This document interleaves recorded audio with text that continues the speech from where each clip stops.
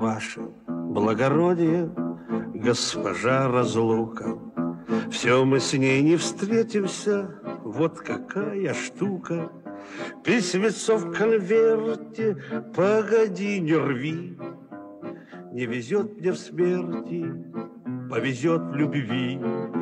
Письмецо в конверте, погоди, не рви. Не везет мне в смерти, повезет в любви. Эпистолярный жанр, натянутая нить, давностивший жар назойливо хранит. И мне издалека по-прежнему видна прозрачного листка сквозная желтизна. Неведомо куда, пока не ушел срок, летит через года бумажный голубок. Мы живем во время бурного развития научно-технического прогресса. Буквально за последние 15 лет в нашу жизнь не вошли, а ворвались компьютеры, сотовые телефоны, спутниковая связь, интернет. А хорошо ли это? Наверное, да. Но есть и другая сторона этого процесса. Технические средства обеспечивают большую скорость обмена информацией, но, к сожалению, не всегда, так как хромает качество общения. Мы все меньше и меньше времени находим на длительные беседы и телефонные разговоры. Нам легче быстро отправить короткую смс-ку или сообщение с помощью WhatsApp или Skype. А о таком виде общения, как бумажное письмо, в наше время практически уже забыли. И вот сегодня я хочу поговорить с вами именно об этом. И, может быть, мне удастся убедить вас в том, что именно этот вид общения имеет много преимуществ перед современными средствами. Мы разучились писать письма, слать открытку к праздникам. А если это и делаем, то как-то коряво и уродливо. Открытку мы зачастую только подписываем, ведь весь необходимый текст там уже напечатан. И не важно, что кем-то чужим, кем-то другим. Пальцы не слушаются нас, ведь они привыкли бегать по клавишам компьютера и смартфона. Так создан сегодня мир. Моден нынче жанр эпистолярный, ни времени, ни сил для писем нет. Высокий стиль уже не популярный, сменил сегодня повсеместный интернет. Только все же вам напомнит, разрешите не заменить писем, скайп и телефон. Напишите, хоть кому-то напишите, пусть не будет без работы почтальон. Если все у вас не ладится порою, если мир вдруг повернулся к вам спиной, если горе вам покажется горою, если беды не обходят стороной, вы отчаиваться все же не спешите. Выход есть, и он доступен вам всегда. Как не трудно вам, но все же напишите, отыщите адресата письма. Что бы ни предпочитали наши респонденты, какие бы аргументы они не выдвигали в пользу этих связей, большинство из них сходится на том, что именно бумажные письма лучше помогают раскрыть душу. А давайте сравним. Итак, век 19. Знакомьтесь, Татьяна Ларина. Я к вам пишу, чего же более. Что я могу еще сказать? Теперь я знаю вашей воле меня презрением наказать. Новый к мою нечестной доле, хоть каплю жалости храня. Вы не оставите меня, сначала я молчать хотела.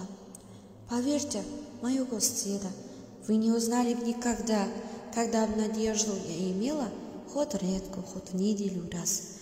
В деревне нашей видят вас, чтоб только слышать ваши речи, вам слово мобит и потом все думать об одном, и день, и ночь до новой встречи. Но, говорят мне людям, в глуши в деревне все вам скучно, а мы ничем мы не блестим, хоть вам и ради просто душно. Зачем вы постели нас в глуши заветового селения? Я никогда не знала вас. Век 20. Были в течение этого столетия такие времена, когда и письмам было страшно доверить свой мысли, но было и другое. Великая Отечественная война. Страшное время.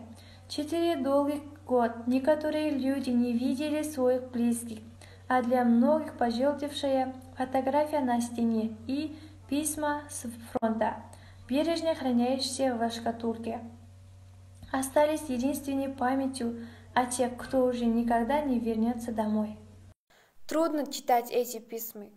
Трудно потому, что они потрясают до глубины души. Письма тех лет – это пожелтевшие листки, вырванные из школьных тетрадей, странички из комсомольских билетов. Это доски лагерных нар и даже шероховатые кирпичи, на котором герои оставляли свои последние слова, обращенные к тем, кто остался жить. Моя черноглазая Мила, посылаю тебе Василек.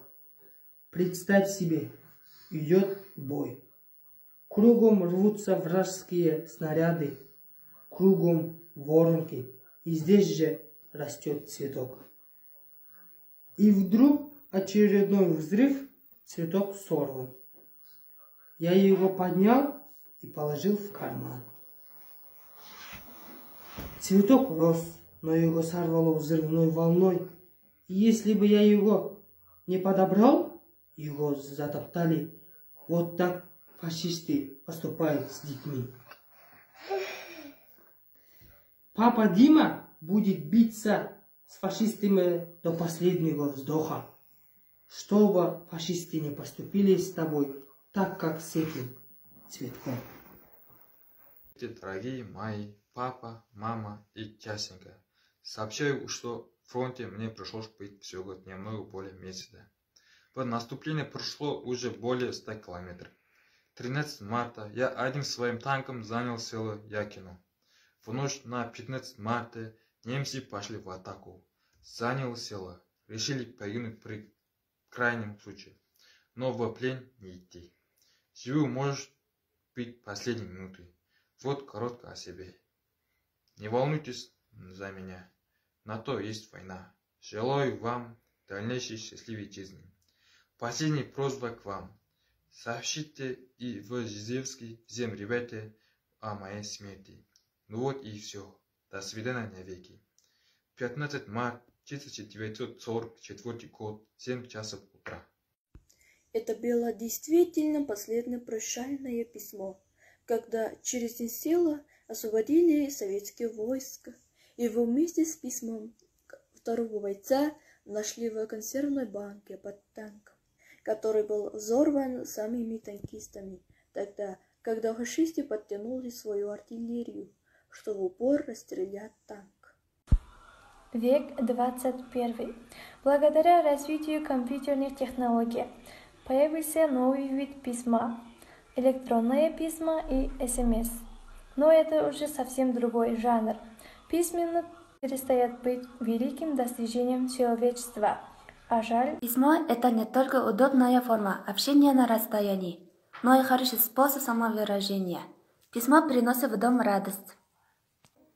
В письме можно сказать много всего хорошего, чего на его язык не повернется произвести. Красивая бумага, знакомый родной почерк – это вещественное доказательство признательности и любви, которое можно перечитывать снова и снова. Напишу тебе письма из почтовой биленки, конвертик отошлю. Пусть летит почтовый голубочек, пусть оставит, я тебя люблю. Напишу письмо чернильной ручкой, вдохновенные буквы вводя, о природе, о погоде. Лучше просто напиши «Я люблю тебя». Напишу. Ты мой увидишь почерк. Аккуратнее, правда, говорю. 3 сердечка, очень много точек и признает «Я тебя люблю». Время коротко, оно летит, а общения, внимания и любви нам всем недостает. Так что скорее за ручку и творите добрые дела, дарите любовь. Ну а может, для кого-то вы могли бы стать опорой и поддержкой в трудный час, чтоб с души его свалилась горе-глыба, чтоб потом он благодарно вспомнил вас. Осушите чьи-то слезы, рассмешите, не жалейте для письма душевных сил, отыщите полчаса и напишите, хоть об этом вас никто и не просил. Если вы писать не любите, но все же не решаетесь сказать о чувствах вслух, напишите, может, вам ответят тоже, ведь не может быть весь мир и слеп, и глух. Огонек своей души не потушите и доверьте сокровенное письмо. Напишите, напишите, напишите, легче на душе вам станет самому. И на этой ноте мы заканчиваем нашу дистанционно-литературно-музыкальную композицию «Я к вам пишу». Спасибо всем за внимание.